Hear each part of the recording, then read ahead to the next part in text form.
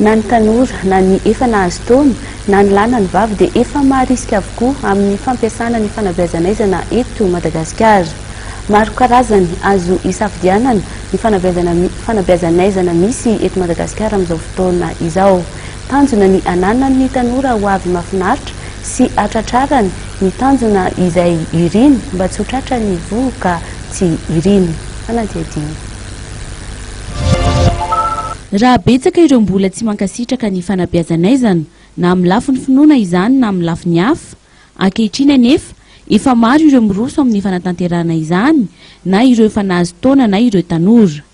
Ho an'ireo tanora mbola mpianatra fa ny manana ny ho avy lavitry ny zavatra tsy iriny ny fanabeazana aizana. Zay moa zany amin'ny ankapobeny ny atao asa ataon'ny fisamina ankapobeny dia miady amin'io resaka vovoka ary manoatra sy vovoka tsy nirina ary ny fanalamin-jaza. Zay zany anisan'ny tombotsoa hoe rehefa manao an'izay zany ny tanora dia mety tsy hotratra amin'izay vovoka loatra zay dia afaka manohy fianarana dia mety hatratra amin'izay tanjona zay zany anaoriana. Ho an'ity tovovavy 13 taona ity izay manan-janaka roa dia manao fanabeazana aizana ny tenany ka nitsindrona no ataony amin'izany.